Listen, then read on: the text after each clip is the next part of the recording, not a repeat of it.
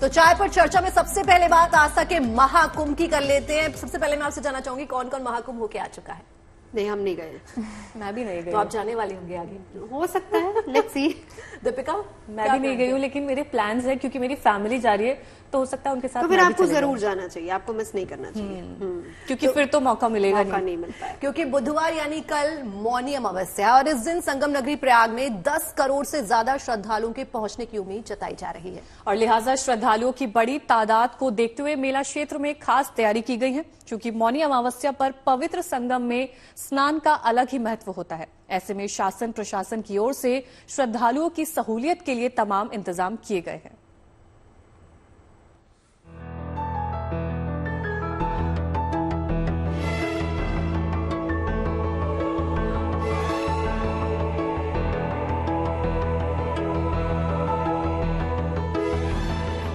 आस्था, भक्ति और विश्वास की त्रिवेणी पर भक्तों का मानो महासागर उमड़ रहा है। मौनी अमावस्या के शुभ अवसर पर अमृत स्नान की बारी है। तैयारियां चाक चौबंद हैं। माना जा रहा है कि मौनी अमावस्या पर देश और दुनिया से करीब 10 करोड़ श्रद्धालु प्रयाग पहुंचेंगे और संगम में आस्था की डुबकी लगाएंगे। भीड़ प्रबंधन के लिए प्रशासन ने इंतजाम किए हैं कि जो जिस दिशा से आएगा उसी दिशा में गंगा या यमुना के तट पर स्नान करेगा।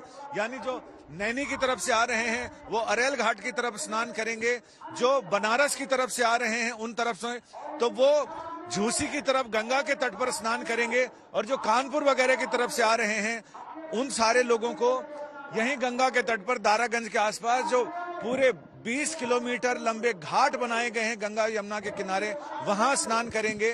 बाकी जो जनता अंदर आई हुई है, जो ट्रेन से आ रही है, बस से आ रही है, उन सारी जनता को यहाँ पर अलग अलग घाटों पर स्नान करेंगे। अब मैं आपको बताऊं कि इस सबसे बड़े ब्रह्मांडीय महापर्व, ये सिर्फ सनातन का महापर्व नहीं, ये सिर्फ पृथ्वी का महापर्व नहीं, ये पूरे ब्रह्मांड का महापर्व है पूर्ण कुंभ। जाहिर है संगम तट पर आस्था का जन समुद्र उमड़ने वाला है, जिसको लेकर कुंभ नगरी में पुख्ता तैयारी की गई है।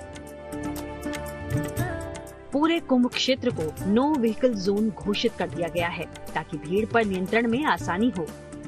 भीड़ पर नजर रखने के लिए integrated control and command centre मुस्तैदी से काम कर रहा है। भीड़ भाड़ वाले इलाकों में क्विक रिस्पांस टीम्स भी तैनात हैं। सभी प्रमुख रास्तों पर खास निगरानी की जा रही है। लिहाजा मेला प्रशासन मौनी अमावस्या को लेकर पूरी तरह से तैयार है। कई इलाकों में बैरिकेडिंग की गई है ताकि आने और जाने का रूट डिस्टर्ब न हो। वेडनेसडे यानी कि बुधवार को जो मौनी अमावस्या है, तो उसको लेकर तैयारियां जो हैं वो पुख्ता हैं, और श्रद्धालु भी कहीं न कहीं सोच रहे हैं, विचार रहे हैं कहाँ रुकना है, कहाँ रहना है, जिससे उस दिन भीड़ भाड़ की नौबत ऐसी ना हो कि वो भगदड़ में तब्दील हो सके। महाकुंभ में वैसे तो सभी स्नान का खास महत्व रहा है, लेकिन मौनी अमावस्या को सनातन धर्म में बेहद महत्वपूर्ण स्नान माना गया है। इस शुभ अवसर पर पवित्र नदियों में स्नान के बाद भगवान शिव की पूजा की परंपरा है। लोग इस दिन पितरों का तर्पण और पिंडदान भी करते हैं, ताकि पितृदोष से मुक्ति मिल सके। लेकिन इस बार मौनी अमावस्या पर कई मंगलकारी शुभ संयोग भी बन रहे हैं। मौनी अमावस्या का शुभारंभ 28 जनवरी को शाम 7:35 से हो रहा है और समापन 29 जनवरी की शाम 6:05 पर हो रहा है। सनातन धर्म में उदया तिथि से गणना की जाती है, इसलिए 29 जनवरी को मौनी अमावस्या मनाई जा रही है। इसलिए 29 जनवरी को ही स्नान ध्यान के बाद भगवान शिव की पूजा का विधान भी रखा गया है। मौनी अमावस्या पर शिववास योग का भी संयोग है। ऐसी मान्यता है कि मौनी अमावस्या के दिन महादेव कैलाश पर्वत पर मां पार्वती के साथ 29 जनवरी को शाम 6:05 तक रहेंगे। इस समय शिव शक्ति की पूजा करने से सुख और सौभाग्य में वृद्धि होगी। सभी बिगड़े काम भी बन जाएंगे। मौनी अमावस्या पर सिद्धि योग भी बन रहा है। यह 28 जनवरी को रात 9:22 तक है। साथ ही मौनी अमावस्या पर श्रवण और उत्तराषाढ़ा नक्षत्र का भी संयोग है। इस नक्षत्र में महादेव की पूजा करने से व्यक्ति को अपार सुखों की प्राप्ति होगी। कुल मिलाकर आस्था के इस महा उत्सव में कल देश और दुनिया के कोने कोने से श्रद्धालु संगम तट पर पहुंचेंगे, जहां शुभ संयोग के बीच श्रद्धालु संगम में आस्था की डुबकी लगाएंगे। प्रयागराज से संजय शर्मा और समर्थ श्रीवास्तव के साथ bureau report, good news today. तो तैयारियां पूरी कर ली गई हैं। मौनी अमावस्या को लेकर बड़ी संख्या में श्रद्धालु प्रयागराज पहुंच रहे हैं आस्था की डुबकी लगाने के लिए, और इनमें आम लोग भी हैं और खास लोग भी हैं। कई फिल्मी सितारे और कई महान हस्तियां भी यहां पर पहुंच रही हैं आस्था की डुबकी लगाने के लिए। राजनीति, फिल्म और संगीत जगत से जुड़ी तमाम हस्तियां इन दिनों संगम नगरी में नजर आ रही हैं और धार्मिक आध्यात्मिक लाभ भी लेते हुए नजर आ रहे हैं।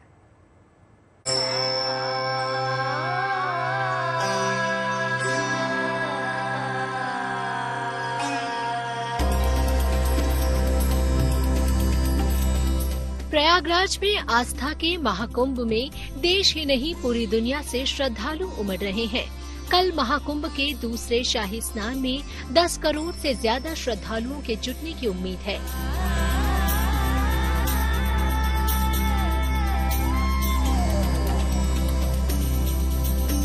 एक 144 साल बाद आए इस शुभ अवसर पर हर श्रद्धालु संगम में डुबकी लगाने की इच्छा लिए प्रयागराज पहुंच रहे हैं।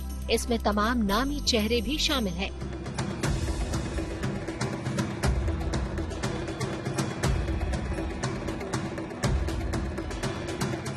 मशहूर रॉक बैंड कोल्डप्ले के लीड सिंगर क्रिस मार्टिन भी अपनी टीम के साथ प्रयागराज पहुंचे।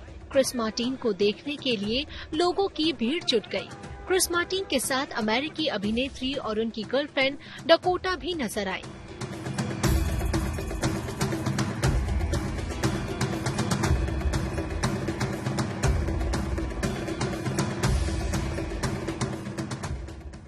मशहूर एक्टर अनुपम खेर ने भी संगम स्नान का अपना एक वीडियो सोशल मीडिया पर पोस्ट किया। पवित्र स्नान से पहले उन्होंने स्वामी अवधेशानंद गिरी जी महाराज और पूर्व राष्ट्रपति रामनाथ कोविंद से मुलाकात भी की। महाकुंभ का वातावरण, लाखों करोड़ों लोग आए होंगे। यहाँ तक पहुँचने के लिए इतने जन समूह से गुजरना पड़ा और मन जो है वो हर्षोल्लास से भरा पड़ा और ग्रेटिट्यूड भर अंदर,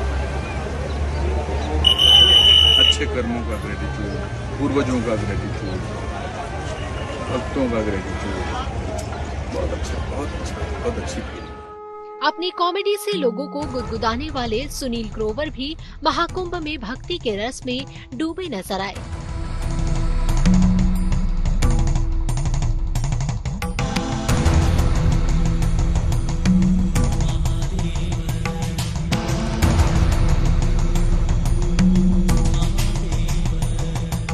मशहूर कोरियोग्राफर रेमो डिसूजा भीड़ से बचने के लिए चेहरा ढककर संगम स्नान के लिए प्रयागराज पहुंचे। उन्होंने महामंडलेश्वर कैलाशानंद गिरी जी महाराज से आशीर्वाद भी लिया।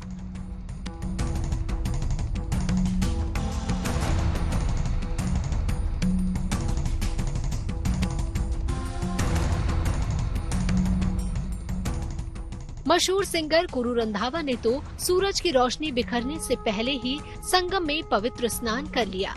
उन्हें देखकर फैंस उनके साथ सेल्फी लेने पहुंचे। गुरु ने अपने फैंस को भी निराश नहीं किया।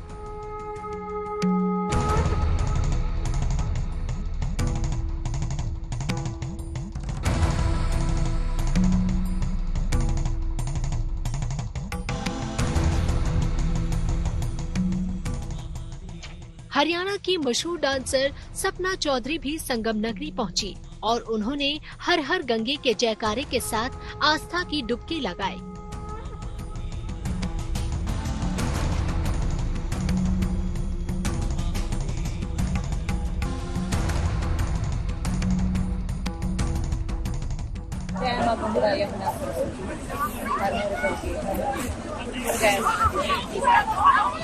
योग गुरु बाबा रामदेव महाकुंभ में बिहार के टार्जन नाम से मशहूर राजा यादव के साथ दिखे और उन्होंने दौड़ लगाकर लोगों को स्वास्थ्य का संदेश भी दिया। संगम नगरी में चल रहे महाकुंभ में इन दिनों हर जगह आस्था के अद्भुत रंग बिखरे हुए हैं। रोजाना लाखों की संख्या में श्रद्धालु संगम में डुबकी लगा रहे हैं। आम हो या खास, महाकुंभ के पावन स्नान से मिलने वाले पुण्य को कोई भी श्रद्धालु चूकना नहीं चाहता। Bureau report, good news today.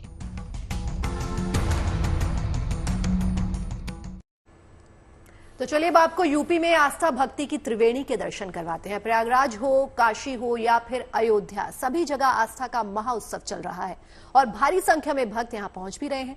आने वाले हर एक दिन के साथ यहां पहुंचने वाले श्रद्धालुओं का आंकड़ा अपना ही पिछला रिकॉर्ड तोड़ता जा रहा है।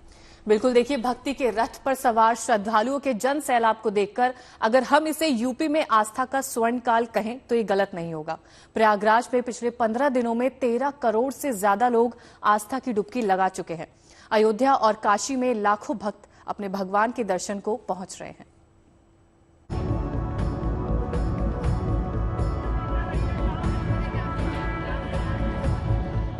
महाकुंभ के दूसरे अमृत स्नान की मेजबानी के लिए प्रयागराज तैयार है। मौनी अमावस्या को लेकर त्रिवेणी तट पर श्रद्धालुओं के जत्थे जुटने लगे हैं। संगम नगरी में आस्था का जैसे समंदर उमड़ पड़ा है, ठीक वैसी ही कुछ तस्वीरें राम नगरी अयोध्या और बाबा भोलेनाथ की नगरी काशी में भी नजर आ रहा है। कुंभ स्नान के बाद श्रद्धालुओं के जत्थे अयोध्या और काशी पहुंच रहे हैं। त्रिवेणी तट पर कल महाकुंभ का दूसरा अमृत स्नान होना है। इसमें करीब 10 करोड़ श्रद्धालुओं के पहुंचने का अनुमान है। संगम नगरी की ओर आने वाली हर सड़क पर सिर्फ लोगों के जत्थे नजर आ रहे हैं। संख्या जब इतनी बड़ी हो तो व्यवस्थाएं भी उतनी ही व्यापक करनी पड़ती हैं। प्रयागराज से अयोध्या की दूरी महज 182 किलोमीटर है। महाकुंभ में देश ही नहीं दुनिया भर के श्रद्धालु पहुंच रहे हैं। पवित्र स्नान के बाद रामलला के दर्शनों की चाहत उन्हें अवधपुरी तक खींच ला रही है। श्री राम जन्मभूमि मंदिर में हर रोज भक्तों की भारी भीड़ उमड़ रही है। भगवान राम की मनमोहक छवि के दीदार के लिए सोमवार को यहाँ रिकॉर्ड 25 लाख श्रद्धालु पहुंचे। अयोध्या की सड़कों का नजारा कुछ ऐसा है, जहां तक नजर पहुंचे वहां तक सिर्फ राम भक्त ही नजर आ रहे हैं। श्रद्धालुओं को यहाँ कोई असुविधा न हो, इसको लेकर प्रशासन भी सतर्क है। भीड़ का निश्चित तौर पर श्रद्धालुओं की भारी संख्या में लोग आ रहे हैं और सभी व्यवस्थाएं बहुत अच्छी तरह से चल रही हैं और अभी भी सभी जगह सुव्यवस्थित है।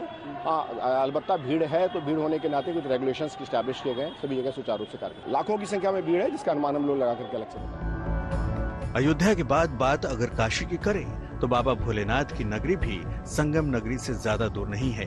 प्रयागराज से करीब 135 किलोमीटर दूर वाराणसी में भी श्रद्धा का ज्वार उमड़ पड़ा है। बनारस की गलियों में हो रही भीड़ सावन और शिवरात्रि के आंकड़ों को भी पार कर रही है। ये भीड़ 5 तारीख तक बनी रहेगी, क्योंकि अभी 29 जनवरी को जहां मौनी अमावस्या है तो वहीं 3 फरवरी को बसंत पंचमी का भी पर्व है और ये भी अंदाजा लगाया जा रहा है कि 10 करोड़ श्रद्धालु महाकुंभ प्रयाग से दर्शन करके गंगा स्नान करके काशी की तरफ रुख करेंगे। यही कारण है कि 5 तारीख तक सभी स्कूलों को बंद कर दिया गया है और ऑनलाइन ही शिक्षा देने का निर्देश दिया गया है। बाबा विश्वनाथ की चौखट पर मत्था टेकने हर दिन करीब 5 लाख से ज्यादा भक्त पहुंच रहे हैं। सड़कों पर उमड़ते आस्था के समंदर को संभालने में प्रशासन के पसीने छूट रहे हैं। रहिए, यहाँ चौराहे को खाली रखिए, नंदी सर्कल को बिल्कुल खाली रखिए। आप लोग आगे बढ़ते जाइए। सभी दर्शनार्थियों से सादर अनुरोध है, आप लोगों से विनम्र निवेदन है कि चौराहे को खाली रखिए। महाकुंभ में मौनी अमावस्या पर भी आस्था का हुजूम उमड़ने की उम्मीद है, जो वाराणसी और अयोध्या का रुख कर सकता है, जिसको लेकर वाराणसी और अयोध्या में तैयारियां की जा रही हैं, ताकि भक्तों की आस्था में कोई रुकावट न आए। प्रयागराज से समर्थ श्रीवास्तव, वाराणसी से रोशन जायसवाल के साथ bureau report, good news today. Shiv भक्तों के लिए गुड न्यूज है। इस साल गर्मियों में फिर से कैलाश मानसरोवर यात्रा का शुभारंभ होने जा रहा है। भारत और चीन में इस यात्रा को लेकर सहमति बन गई है और इसके अलावा जल्द ही दोबारा भारत और चीन के बीच फ्लाइट सर्विस भी शुरू की जाएगी। आपको बता दें कि दोनों देशों के बीच फ्लाइट सर्विस और कैलाश मानसरोवर यात्रा साल 2020 से बंद थे।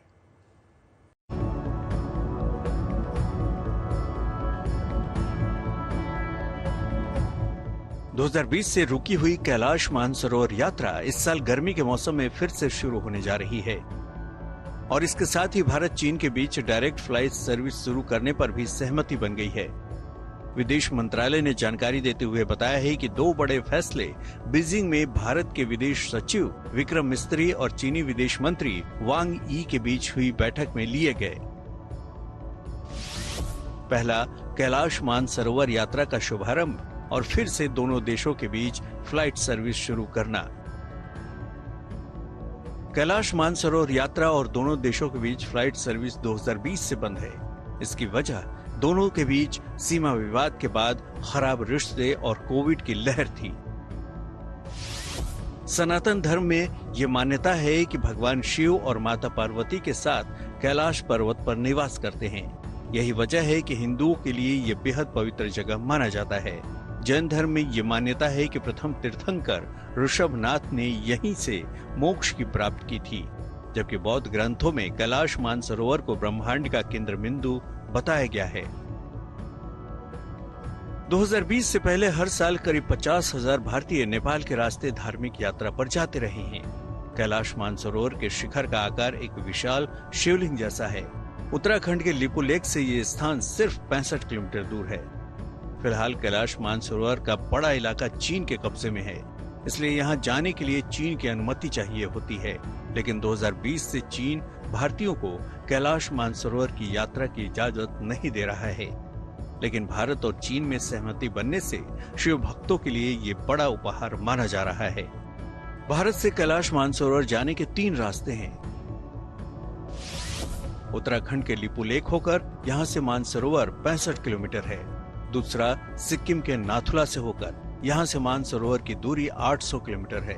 तीसरा नेपाल की राजधानी काठमांडू होकर यहाँ से कैलाश मानसरोवर 500 किलोमीटर दूर है।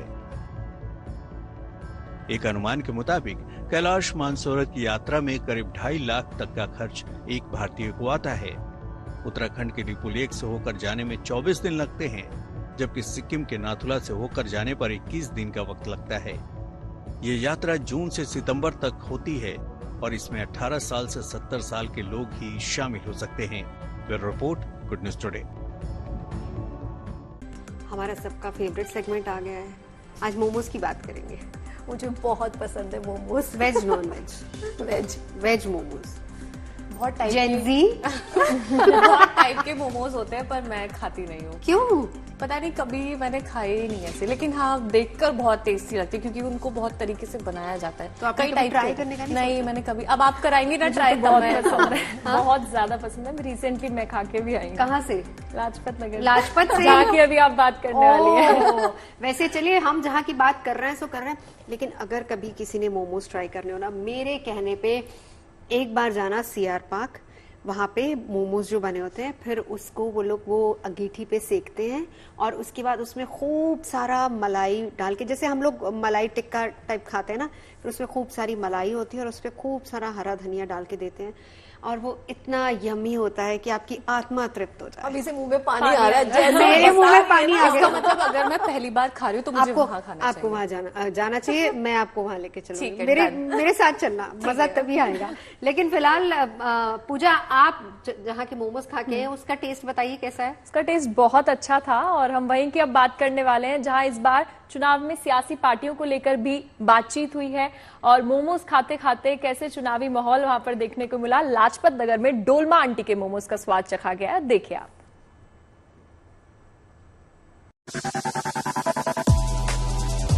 बहुत पुरानी दुकान है यहाँ पे लाजपत नगर की। मोमोज इसको डोलमा आंटी।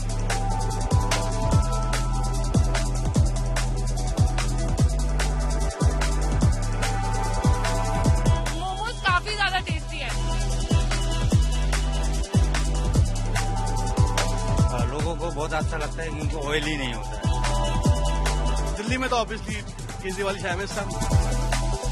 भैया पार्टियां तो सारी तिखियां नहीं। कौन सी पार्टी में? बीजेपी। केजरीवाल ही जीतेगा जहाँ तक है। दिल्ली के स्ट्रीट फूड को खाने के लिए देश के अलग अलग कोने से लोग आ रहे हैं और इसी के साथ विदेश से भी जब पर्यटक दिल्ली आते हैं तो दिल्ली का स्ट्रीट फूड जरूर खाते हैं और उसके फैन बन जाते हैं। दिल्ली के पराठे वाली गली के पराठे हो या दिल्ली के फेमस छोले भटूरे हो।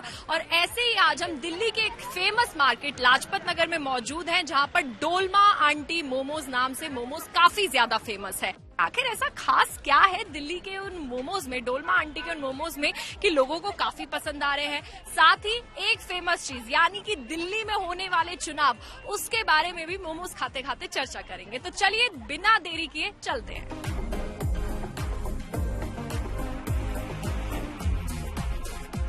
बहुत पुरानी दुकान है यहाँ पे लाजपत नगर की। तो लाजपत नगर में आप किसी से भी आके पूछ लो कि डोलमा आंटी, तो momos is for Dolma aunty.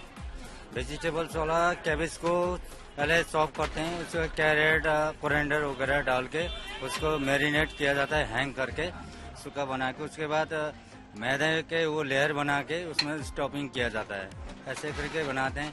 तो उसको स्टीम करके बनाते हैं तो वो ज्यादा करके लोगों को बहुत अच्छा लगता है क्योंकि ऑयली नहीं होता है। कितने समय से ये स्टॉल चल रहा है? 94 से।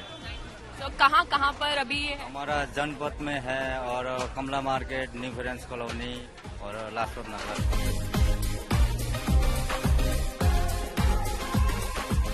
मैंने पनीर मोमोज लिए हैं। एक्चुअली जो ये जो मोमोज हैं आप देख सकते हैं, काफी पतले मोमोज हैं और इसमें मैदा काफी कम यूज हुआ है। शायद इसीलिए लोगों को यहाँ के मोमोज ज्यादा पसंद आ रहे हैं। और चटनी तो इसकी खास है, बहुत टेस्टी है। वाकई में टेस्ट कुछ डिफरेंट सा है इसकी चटनी का। मुझे ऐसा लगता है कि इसकी चटनी की वजह से लोग दूर दूर से यहाँ पर आ रहे हैं मोमोज खाने। मुझसे रहा नहीं जा रहा है। आप भी आओ, मोमोज जरूर ट्राई करो। भैया पार्टियां तो सारी तिखियां ने पार्टियां तो सभी तिखियां ने। देखिए, अगर आज की बात करें, यूथ तो यही चाहता है कि डबल इंजन की सरकार बहुत जरूरी है। आज की डेट में सबसे बड़ी प्रॉब्लम जो हुई है, आपने बहुत अच्छा काम किया था बट स्टार्टिंग में सिर्फ एक जो प्रॉब्लम दिया उन्होंने, जो अल्कोहल के ऊपर इन्होंने लेके आए थे फ्री बांटी, तो वो नेवर अप्रिशिएटेड। और वो चीजें सोची भी नहीं थी कि इतने पढ़े लिखे लोग आप पार्टी में होते, उन्होंने ये काम करा। कौन सी पार्टी पसंद? बीजेपी। क्या लगता है किसका पल्ला भारी है? बीजेपी का ही है। एक्चुअली मेरे हिसाब से तो मुझे जैसा लगता है कि बीजेपी भी काफी अच्छा कर रही है, काफी अच्छा उनका जो भी शो वगैरह रोड में केजरीवाल ही जीतेगा जहाँ तक है, क्योंकि लेडीज वगैरह है उनको सबको फ्री मिल रहा है, सब बसेस फ्री है, बिजली फ्री है, तो लोग फ्री के पीछे भागते हैं। बहुत सारी चीजें जैसे कि हम लोग ट्रैवल के लिए बहुत इजी हो गया है लेडीज के लिए, चाहे कोई कुछ भी बोले, लेकिन ट्रैवलिंग देखो बहुत सारी चीजें हर कोई ना अफोर्ड नहीं कर सकता। आप कहीं भी जाना, गरीब महिलाएं होती हैं उनको ये है कि नहीं टेंशन नहीं लेनी पड़ती, फिर आराम से बस में बैठे और कहीं पर भी गए। तो ये आपने जाना कि डोलमा आंटी के मोमोज लोगों को क्यों इतने ज्यादा पसंद है और कितनी जगह जगह से लोग यहाँ पर आते हैं, मोमोज खाते हैं। इसी के साथ आज हमने मोमोज का स्वाद तो चखा, साथ ही ये भी जाना कि इस बार दिल्ली में जो चुनाव होने वाले हैं उसमें यहाँ पर लोग किस पार्टी की तरफ है, किसका पल्ला भारी है, उसके बारे में भी हमने थोड़ी बहुत जानकारी जुटाई। और स्वाद जो डोलमा आंटी मोमोज का है वो हमने खुद भी चखा और जो लोग चख रहे थे उसके बारे में भी जाना कि आखिर क्यों उनको डोलमा आंटी के मोमोज इतने ज्यादा पसंद है। कैमरा पर्सन अंकित सिंह के साथ मैं पूजा पराशर, गुड न्यूज टुडे। चलो अब खाने की बात हो रही है, जिसको मोमो पसंद है उसने वो खा लिए, लेकिन कलाकंद जिसको पसंद है उसको कहाँ जाना है? अलवर। अलवर का फेमस कलाकंद, दूध और केसर से बनी इस मिठाई की मिठास धीरे धीरे पूरे देश में फैलती जा रही है। और देखिए 1947 से चली आ रही बाबा ठाकुर दास एंड सन्स की शॉप पर कमाल का मिल्क केक मिलता है। तो चलिए आपको भी अलवर की मशहूर कलाकंद की मिठास से रूबरू कराते हैं।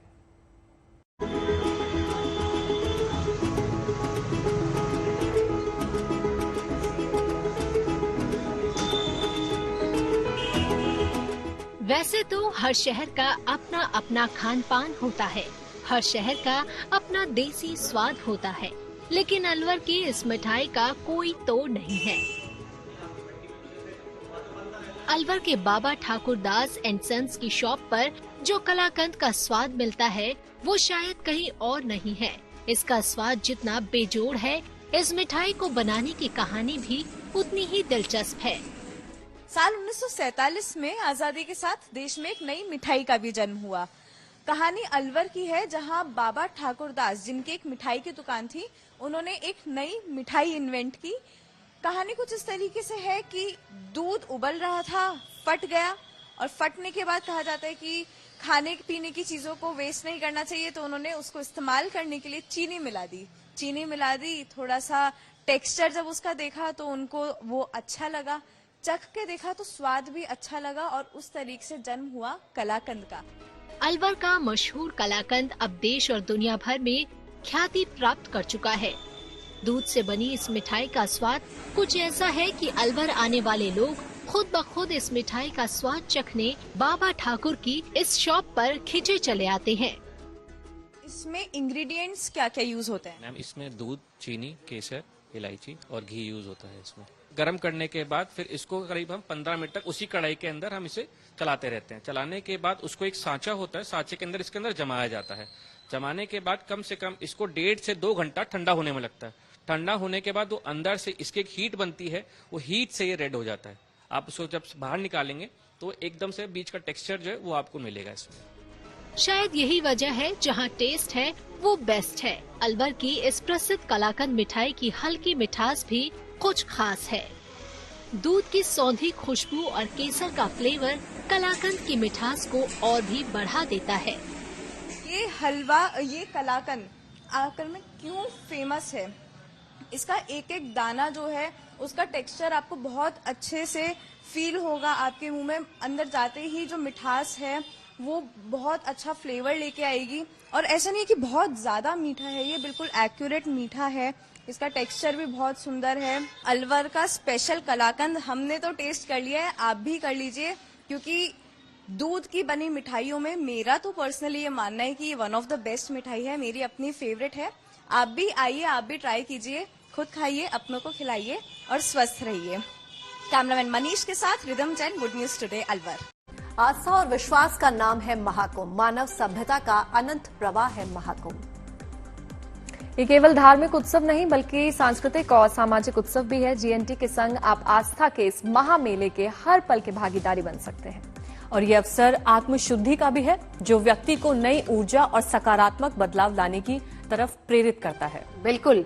तो कल है मौनी अमावस्या का अमृत स्नान, जिसका भागीदार बनने के लिए लाखों करोड़ों श्रद्धालु अभी से ही वहां जुटना शुरू हो गए हैं। तो मौनी अमावस्या पर महाकुंभ की एक एक तस्वीर और हमारी बड़ी कवरेज जरूर देखिएगा गुड न्यूज टुडे पर। फिलहाल अभी के लिए इतना ही, कल मिलेंगे चाय पर चर्चा में।